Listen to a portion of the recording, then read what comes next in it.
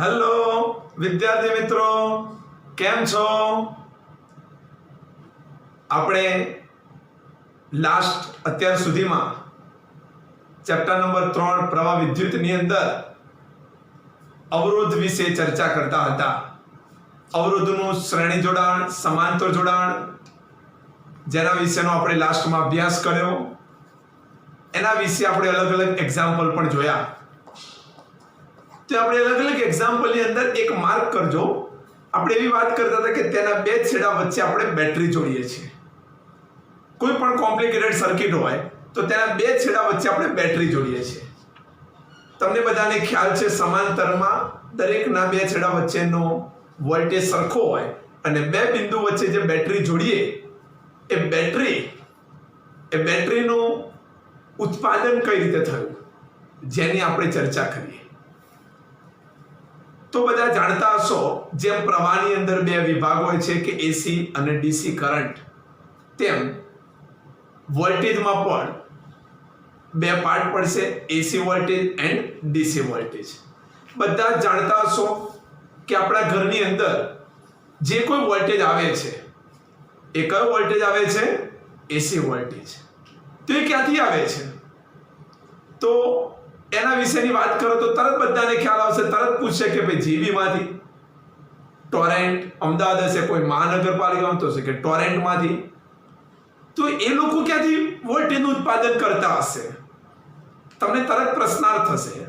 તો કદાચ તમે જાણતા પણ હશો કે આપણે પાણીનો ધોધ સ્વરૂપે પણ પાણીનો ધોધ ટર્બાઇન ઉપર ફરે, ટર્બાઇન ફરશે એટલે વીજળી ઉત્પન્ન થશે. એ જ રીતે આપણે પવન ચક્કીની વાત કરી શકાય, કોલસાની પણ વાત કરી શકાય. કોલસાનું બળતણ દહન થાય એટલે એમાંથી જે કોઈ ઉર્જા ઉત્સર્જિત થાય ને ટર્બાઇન ઉપર આપવામાં આવે એટલે ટર્બાઇન ફરશે એટલે વિદ્યુત ઉર્જા ઉત્સર્જિત થશે. તો આ બધા જે વોલ્ટેજની વાત કરીએ, આપણે એસી વોલ્ટેજની વાત કરીએ. તો એ જ પ્રમાણે ધારો કે આપણે વાત કરીએ ઘડિયાળના કોષની વાત કરો, મોબાઈલની બેટરીની વાત કરશો તમે, તો આ જે બેટરીની વાત છે યા કોઈ પણ વ્હીકલની બેટરીની વાત આવે તો આ બધી જે બેટરી એ છે શું? તો એ વિદ્યુત રાસાયણિક કોષ છે. તો સૌપ્રથમ વિદ્યુત રાસાયણિક કોષની આપણે આજે ચર્ચા કરવાના છે. તો અહીંયા વિદ્યુત પરિપથની અંદર સ્થાયી પ્રવાહ જાળવવા માટે એક બાહ્ય ઉદ્ગમની જરૂર પડતી હોય છે. તેને આપણે ઘણા બધા ઉપકરણો છે, પણ એમાંનું એક શું છે ભાઈ? વિદ્યુત દ્રાવણ કોષ, એટલે કે વિદ્યુત રાસાયણિક કોષ. એમાં કઈ રીતે આપણે વોલ્ટેજ ઉત્સર્જિત કરતા હોઈએ છીએ તો આપણે જાણીએ આજે. સમજો ધારો કે આ એક બેટરી છે, એના અંદર બે પ્લેટો હોય, એ પણ કદાચ બધાને ખબર હશે. અંદર કોઈક રાસાયણિક દ્રવ્ય ભરવામાં આવ્યું છે. બધા તમે કેમિસ્ટ્રીની અંદર ભણી ચૂકેલા હશો, નહીતર ભવિષ્યમાં ભણશો. તો રાસાયણિક દ્રવ્ય ધારો કે મેં H2SO4 નામનું એક રાસાયણિક દ્રવ્ય ભર્યું. ઘણા બધા રાસાયણિક દ્રવ્ય હોય. તો આની અંદર બે આયનો છૂટા પડે, 2H+ અને SO4 -2 આયન, એટલે કે ધન આયન અને ઋણ આયન. તો સમય વધતા શું થશે? ધીમે ધીમે ધન આયનો કોઈ એક પ્લેટ ઉપર જમા થતા જશે અને બીજી પ્લેટ ઉપર ઋણ આયનો જમા થતા જશે.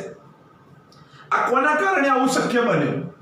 તો એ નોન ઇલેક્ટ્રિકલ ફોર્સ, અવિદ્યુતીય બળના કારણે આ પ્રકારનું શક્ય બન્યું. રાસાયણિક બળના કારણે ધન વિદ્યુત ભારો કોઈ એક પ્લેટ ઉપર જમા થયા, ઋણ વિદ્યુત ભારો બીજી કોઈ એક પ્લેટ ઉપર જમા થયા.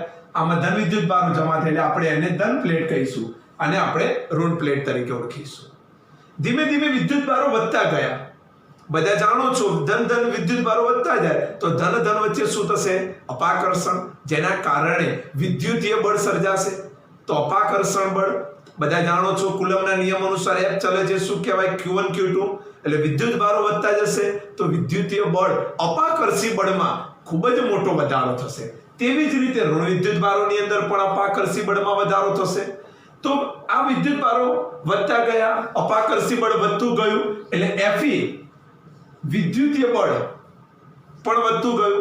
તો જ્યારે Fn અને Fe બંને બળો લાગે છે, પણ એક સમય એવો આવશે કે Fn બરાબર શું થઈ જશે? Fe.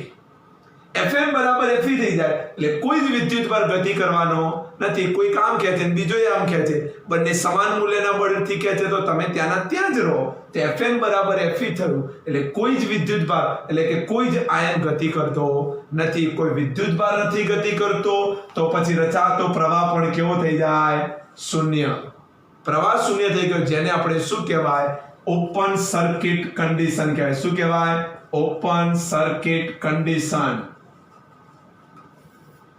તો ધન વિદ્યુતભાર ધન પ્લેટ ઉપર, ઋણ વિદ્યુતભાર ઋણ પ્લેટ ઉપર જમા થયો તો આ બે છેડા વચ્ચેનો વોલ્ટેજ, જેને આપણે શું કહેવાય છે? બેટરીનું EMF કહેવાય. શું કહેવાય છે? બેટરીનું EMF.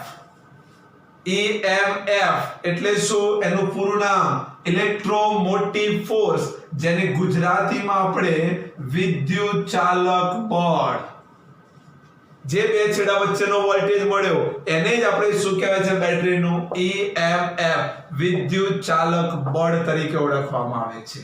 એનો મતલબ EMF નો સિમ્બોલ આ રીતે એપ્સિલોન ની જેમ EMF ઇઝ ઇક્વલ ટુ ધન વિદ્યુતભારનું વિદ્યુત સ્થિતિમાન ધન પ્લેટનું V+, ઋણ વિદ્યુતભારનું ઋણ પ્લેટ પરનો વિદ્યુત સ્થિતિમાનનો તફાવત V- એટલે કુલ વિદ્યુત સ્થિતિમાનનો તફાવત E બરાબર V+ પ્લસ V-, જે બધા તમે સમજી શકો છો >0 હોય.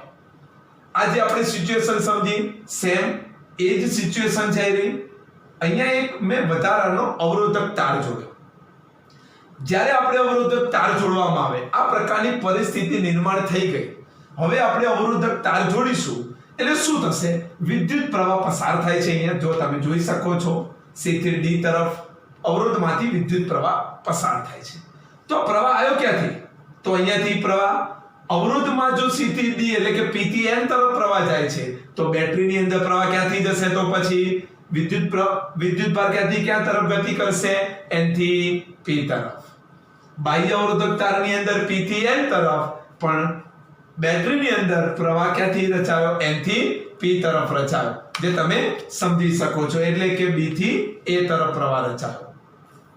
હવે જો વિદ્યુત બાહ્ય અવરોધક તારનો અવરોધ ખૂબ જ મોટો હોય, અનંત મૂલ્યનો અવરોધ હોય, જો ખૂબ જ મોટો અવરોધ અનંત મૂલ્યનો અવરોધ હોય તો પછી એમાંથી પ્રવાહ પસાર થતો નથી. પ્રવાહ પસાર ના થયો એટલે એના મતલબ શું થાય? એના બે છેડા વચ્ચેનો વોલ્ટેજ કોના જેટલો આવે? બેટરીના EMF જેટલો આવે. એનો મતલબ શું થઈ ગયો? E બરાબર V, જેને આપણે શું કહેવાય? બેટરીની કઈ કન્ડિશન? ઓપન સર્કિટ કન્ડિશન તરીકે ઓળખી શકાય. પણ આવું ક્યારે? જ્યારે બાહ્ય અવરોધક તારનો અવરોધ ખૂબ જ મોટા મૂલ્યનો હોય ત્યારે. પરંતુ દરેક સંજોગોમાં આવું વ્યવહારમાં આપણે આવું શક્ય નથી. હવે આપણે કોઈ અવરોધક વાળો તાર જોડીશું. તો અવરોધક વાળો તાર જોડ્યો એટલે સીધી વસ્તુ છે, પ્રવાહ તો પસાર થવાનો જ છે. પ્રવાહ પસાર થાય એટલે આ રાસાયણિક કોષની અંદર જે B થી A તરફ જ્યારે વિદ્યુત ગતિ કરતો હશે ત્યારે એની અંદર એ વિદ્યુત દ્રાવણો જે આયનો છે એ અંદર એકબીજાના કારણે શું સર્જાશે? એક અવરોધ સર્જાશે. તો એ અવરોધને આપણે શું કહીશું? બેટરીનો આંતરિક અવરોધ કહીશું. બેટરીનો કયો અવરોધ કહીશું ભાઈ? આંતરિક અવરોધ. જેને આપણે એ બાહ્ય અવરોધ કરતા ખૂબ નાના મૂલ્યનો હોય એટલે એને સ્મોલ r તરીકે આપણે ઇન્ડિકેટ કરીશું. તો એ બે છેડા વચ્ચેનો વોલ્ટેજ V બરાબર શું લખાશે? જ્યારે બાહ્ય અવરોધક વાળો તાર જોડે ત્યારની વાત કરું ત્યારે V બરાબર શું લખાય? V+ પ્લસ V- અને અવરોધના કારણે ઓહમના નિયમ અનુસાર V બરાબર IR, એટલો વોલ્ટેજ મારે શું કરવો પડશે? માઈનસ કરવો પડે. V++ V-, જેને શું કહેવાય? બેટરીનો EMF. તો V બરાબર કયું સમીકરણ? E - IR. V બરાબર કયું સમીકરણ? E - IR. તો આ ક્યારે સમીકરણ વાપરવું? જ્યારે કોઈક આવી રીતે, એનો મતલબ બેટરી ડિસ્ચાર્જ થતી હોય ત્યારે, જ્યારે આપણે બેટરીનો ઉપયોગ કરતા હોય ત્યારે V બરાબર E - IR. અને જ્યારે બેટરી ચાર્જિંગ કન્ડિશનમાં હોય ત્યારે V બરાબર શું લખી શકાય? બેટરી ચાર્જિંગ કન્ડિશનમાં હોય, બેટરી ચાર્જિંગ સ્થિતિમાં હોય, આપણે ધારો કે બેટરીને ચાર્જ કરતા હોઈએ ચાર્જિંગ કન્ડિશનમાં, ત્યારે V બરાબર E+ IR. એમાં V શું છે? તો V ને શું કહેવાય છે? બેટરીનો ટર્મિનલ વોલ્ટેજ કહેવાય. કયો વોલ્ટેજ કહેવાય? જેને બેટરીનો ટર્મિનલ વોલ્ટેજ. તો અહીંયા આપણે અત્યારે આ વિદ્યુત કોષનો EMF, આંતરિક અવરોધ અને ટર્મિનલ વોલ્ટેજની વાત કરી. તો ટર્મિનલ વોલ્ટેજની વાત થઈ ગઈ, આંતરિક અવરોધ. હવે આ વિદ્યુત ચાલક બળ EMF આ કોઈ બળ નથી. તમને શબ્દ પરથી એવું લાગશે કે બળ, વિદ્યુત ચાલક બળ, આ કોઈ બળ નથી.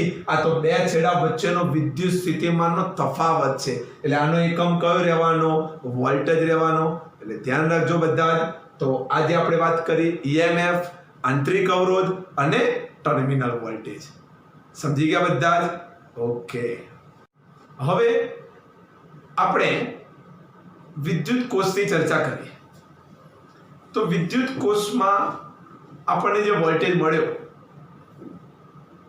એમાં આપણને ઈચ્છિત મૂલ્યનો વોલ્ટેજ જોઈતો હોય, એટલે કે વધારે વોલ્ટેજ જોઈતો હોય કે એના કરતાં ઓછો વોલ્ટેજ જોઈતો હોય, તો તેના માટે જેમ અવરોધમાં આપણે શ્રેણી અને સમાંતર જોડાણની ચર્ચા કરી, તે જ રીતે આપણે વિદ્યુત કોષના શ્રેણી જોડાણ અને સમાંતર જોડાણની ચર્ચા કરીશું. તો સૌપ્રથમ વિદ્યુત કોષનું શ્રેણી જોડાણ, સિરીઝ કનેક્શન ઓફ સેલ. અહીંયા એક સિમ્પલ બે સેલ બતાવેલા છે તમને મેં, E1 E2 જેમના EMF, એમનો આંતરિક અવરોધ R1 અને R2, ત્રણ બિંદુ A, B અને C. A બિંદુ આગળનો વિદ્યુત સ્થિતિમાનનો તફાવત કેટલો? વિદ્યુત સ્થિતિમાન કેટલું? VA. B બિંદુ આગળનું વિદ્યુત સ્થિતિમાન કયું? VB. C બિંદુ આગળનું વિદ્યુત સ્થિતિમાન શું કહેવાય? VC. હવે બિંદુ A અને બિંદુ B વચ્ચે વિદ્યુત સ્થિતિમાનનો તફાવત, બિંદુ A અને B વચ્ચે નો વિદ્યુત સ્થિતિમાનનો તફાવત એટલે કે પોટેન્શિયલ ડિફરન્સ VAB બરાબર આપણે જે ટર્મિનલ વોલ્ટેજ નું સૂત્ર મેળવ્યું એના અનુસંધાનમાં V બરાબર કયું સમીકરણ? E IR. તો બે શ્રેણી જોડાણ છે એટલે વિદ્યુત પ્રવાહ તો એનો જ વહેશે. એટલે ધારો કે વિદ્યુત પ્રવાહ કયો છે? I. તો VAB બરાબર E1 શું લખી શકાય? IR1. તે જ રીતે VAB એટલે શું કહીશું? VAB બરાબર VA VB.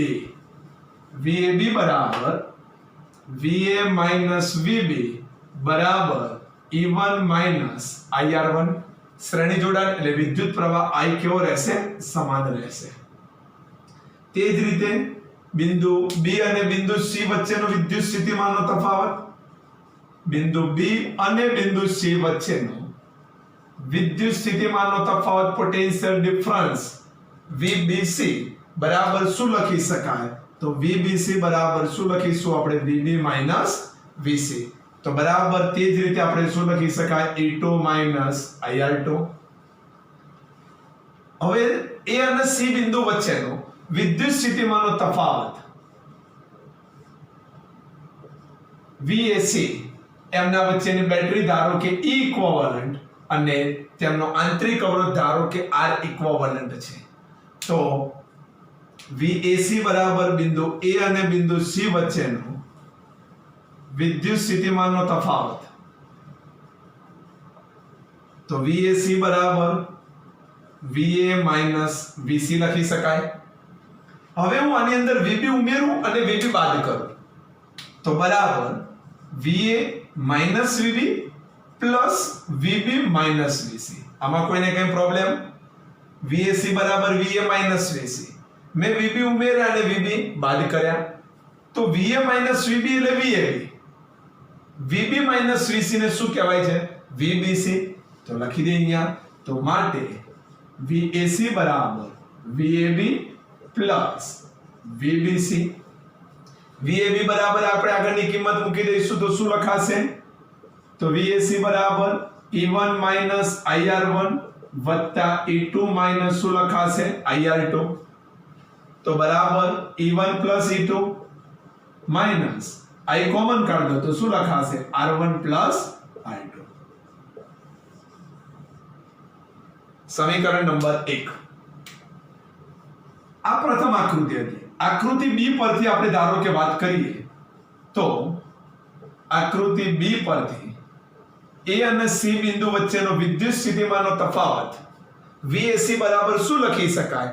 તે જ પ્રમાણે આપણે વાત કરીએ તો E ઇક્વિવેલન્ટ માઈનસ શું લખાશે? IR equivalent. તો સમીકરણ 1 અને સમીકરણ 2 ને સરખાવતા સમીકરણ 1 અને સમીકરણ 2 ને સરખાવતા આપણને સમતુલ્ય EMF કેટલો મળ્યો? તો સમતુલ્ય EMF E ઇક્વિવેલન્ટ બરાબર શું લખાશે? E1 plus E2. સમતુલ્ય EMF તમે જોઈ શકો છો, સરખામણી કરો તો E ઇક્વિવેલન્ટ બરાબર શું લખાશે? E1 plus E2. અને સમતુલ્ય આંતરિક અવરોધ R ઇક્વિવેલન્ટ બરાબર પણ શું લખી શકાય? સરખામણી કરો તો શું દેખાય છે તમને? R1 plus I2. આ વાત કરી મેં તમને વિદ્યુત કોષના શ્રેણી જોડાણની અંદર. તો એ અહીંયા બે કોષ જોડેલા છે E1 E2, જેના આંતરિક અવરોધો શું છે? R1 અને R2. તો ટર્મિનલ વોલ્ટેજ આપણે સૂત્ર પ્રમાણે V બરાબર E માઈનસ IR. તો E1 માઈનસ IR1 અને E2 માઈનસ IR2. VBC બરાબર E અને C બિંદુ વચ્ચે વિદ્યુત સ્થિતિમાનનો તફાવત આપણે શું લખી શકાય? VA minus VC. એમાં મેં VB ઉમેર્યા, VB બાદ કર્યા, તો એના પરથી VA માઈનસ VB એટલે VAB, VB માઈનસ VC એટલે VBC. કિંમત મૂકી દીધી. E1 માઈનસ IR1 આગળની કિંમતો મૂકી દીધી બંને. E2 માઈનસ IR2 તમે વ્યવસ્થિત આપણે EMF જોડે લખ્યા. વિદ્યુત પ્રવાહ આ બે પદમાંથી કોમન કાઢી નાખ્યો. ધારો કે A અને C વચ્ચેનો સમતુલ્ય EMF E ઇક્વિવેલન્ટ, સમતુલ્ય આંતરિક અવરોધ R ઇક્વિવેલન્ટ હોય તો આ પ્રકારનું સમીકરણ લખી શકાય. બે સમીકરણો સરખાવી દો તો સમતુલ્ય EMF અને સમતુલ્ય આંતરિક અવરોધ આપણને મળી ગયો. અહીંયા આપણે પ્રથમ કોષનો ઋણ ધ્રુવ અને બીજા કોષનો ધન ધ્રુવ જોડ્યો. એનો મતલબ આ જે બંને સિચ્યુએશન છે સહાયક સ્થિતિમાં છે એવું કહી શકાય. અને કઈ સિચ્યુએશન કહેવાય ને? સહાયક સ્થિતિમાં કહેવાય. પરંતુ ધારો કે પ્રથમ કોષનો ઋણ ધ્રુવ અને બીજા કોષનો પણ ઋણ ધ્રુવ હોય, બે ઋણ ધ્રુવ યા બે ધન ધ્રુવ જોડેલા હોય, તેને આપણે શું કહીશું ભાઈ? વિરોધક સ્થિતિ કહીશું. કઈ સ્થિતિ કહીશું એને? વિરોધક સ્થિતિ કહીશું. અને જો વિરોધક સ્થિતિ હોય તો સમતુલ્ય EMF તમારો સરવાળાની જગ્યાએ શું થઈ જશે? ત્યાં તફાવત આવશે. હવે કોષોનું સમાંતર જોડાણ વિશે ચર્ચા કરી આપણે. શ્રેણી જોડાણ વિશે આપણે અભ્યાસ કરી ચૂક્યા, જેમાં સમતુલ્ય EMF અને સમતુલ્ય આંતરિક અવરોધ શોધ્યો. હવે કોષોનું સમાંતર જોડાણ. અહીંયા બે વિદ્યુત કોષો E1 અને E2 જેના આંતરિક અવરોધો R1 અને R2 છે. ધારો કે તેમાંથી વહેતો પ્રવાહ, આમાંથી વહેતો પ્રવાહ I1, આમાંથી વહેતો પ્રવાહ I2. તો પ્રવાહ અહીંથી બહાર આવે ત્યારે કુલ પ્રવાહ I1 પ્લસ I2 એટલે હું નામ પાડી દઉં, ધારો કે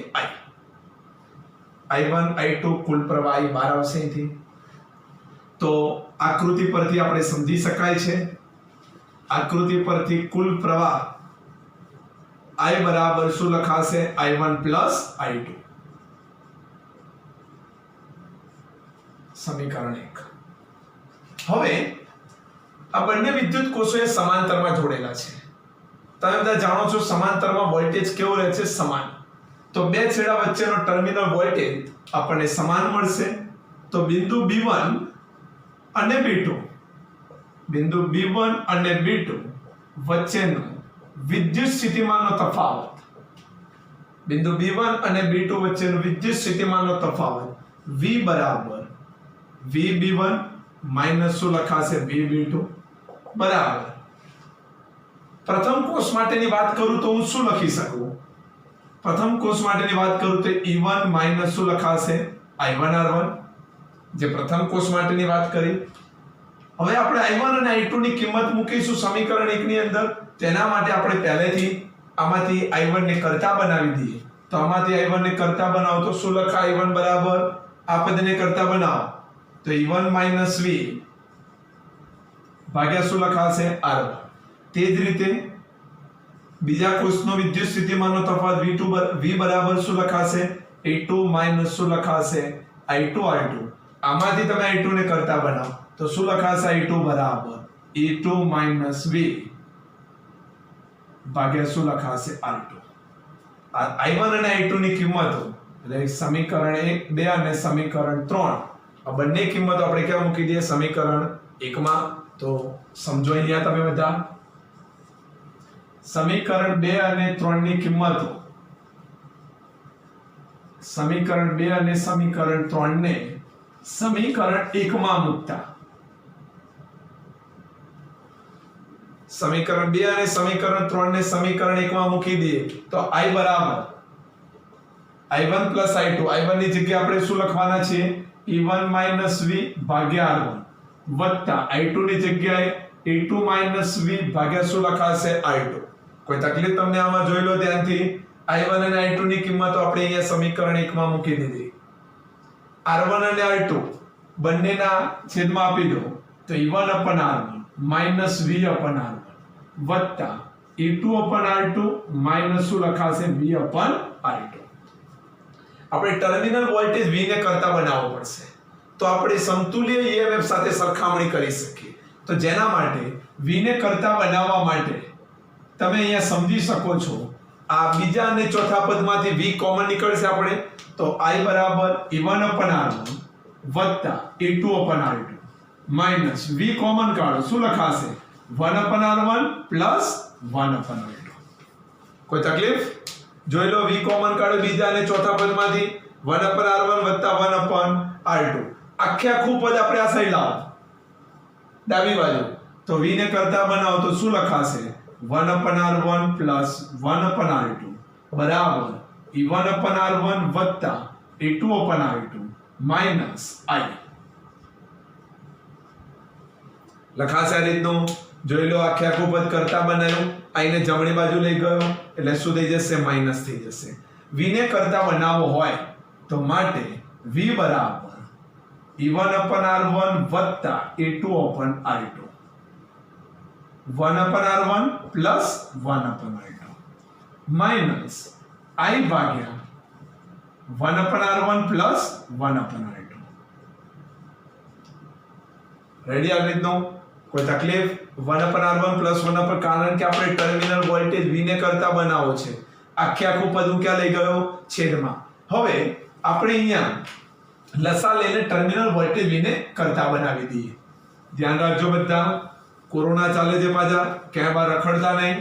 બરોબર? આપણે અહીંયા જે ચેપ્ટર ચાલે છે તમે સતત ને સતત એનો અભ્યાસ કરતા રહો એટલે તમારે ભણવાનું રેગ્યુલર ચાલુ રહે. ટર્મિનલ વોલ્ટેજ આપણે v ને કરતા બનાવીશું તો શું લખશું? v બરાબર લસા લઈએ છે, અંશમાં લસા લઈ લો તો e1 r2 plus e2 r1 ભાગ્યા શું લખાશે? r1 પ્લસ r2 છેદમાં લસા લઈ લો તો r1 r2 છેદમાં લસા લઈ લો એટલે r1 પ્લસ r2 ભાગ્યા શું લખાશે? r1 r2 માઈનસ i ભાગ્યા r1 પ્લસ r2 ભાગ્યા શું લખાશે? r1 r2. તો બંનેના અંશ અને છેદમાં r1 r2 અહીંયા શું થઈ જવાના? કટ થઈ જશે. તો માટે v બરાબર આપણે શું લખાય? e1 r2 plus e2 r1 ભાગ્યા r1 plus r2 minus i કૌંસમાં r1 r2 ભાગ્યા r1 પ્લસ r2. સમીકરણ નંબર 4. હવે આ બંને વચ્ચેનો સમતુલ્ય EMF ધારો કે આપણે ધારી લઈએ. આ બિંદુ A, બિંદુ C, આનો સમતુલ્ય EMF E ઇક્વિવેલન્ટ, સમતુલ્ય આંતરિક અવરોધ R ઇક્વિવેલન્ટ. તો શું લખીશું? ટર્મિનલ વોલ્ટેજ V બરાબર આપણે શું લખવાના? E ઇક્વિવેલન્ટ માઈનસ આમાંથી પ્રવાહ વહે છે I, કુલ પ્રવાહ I વહેતો હતો. સમીકરણ નંબર 5. બંને સમીકરણો તમે સરખાવી દો તો સમતુલ્ય EMF શું દેખાય છે આપણને? સમતુલ્ય EMF બરાબર E1 R2 plus E2 R1 ભાગ્યા R1 પ્લસ I2. અને સમતુલ્ય આંતરિક અવરોધ R ઇક્વિવેલન્ટ બરાબર સમતુલ્ય આંતરિક અવરોધ R ઇક્વિવેલન્ટ બરાબર તમને શું દેખાય છે? R1 R2 ભાગ્યા R1 પ્લસ R2. તો આ સમતુલ્ય EMF મળી ગયો આપણને અને આ સમતુલ્ય આંતરિક અવરોધનું મૂલ્ય આપણને મળી ગયું. તો આજે આપણે વાત કરીએ કોષોનું સમાંતર જોડાણની વાત કરી. હમણાં લાસ્ટમાં આપણે શ્રેણી જોડાણની પણ ચર્ચા કરી. આજના આપણા લેક્ચરની અંદર વિદ્યુત કોષ શું છે એના વિશેને આપણે અભ્યાસ કર્યો, એનું ઉત્પાદન કઈ રીતે થાય છે, એસી નું તમે જાણતા હતા, એસી વોલ્ટેજ કઈ રીતે ઉત્પાદન થાય. આજે આપણે વિદ્યુત રાસાયણિક કોષ ડીસી વોલ્ટેજ એ કઈ રીતે ઉત્પાદન થાય છે, આંતરિક અવરોધ શું છે બેટરીનો, ટર્મિનલ વોલ્ટેજ વિશે અભ્યાસ કર્યો. ત્યારબાદ આપણે કોષોનું શ્રેણી જોડાણ, સમાંતર જોડાણ અભ્યાસ કર્યો. Thank you.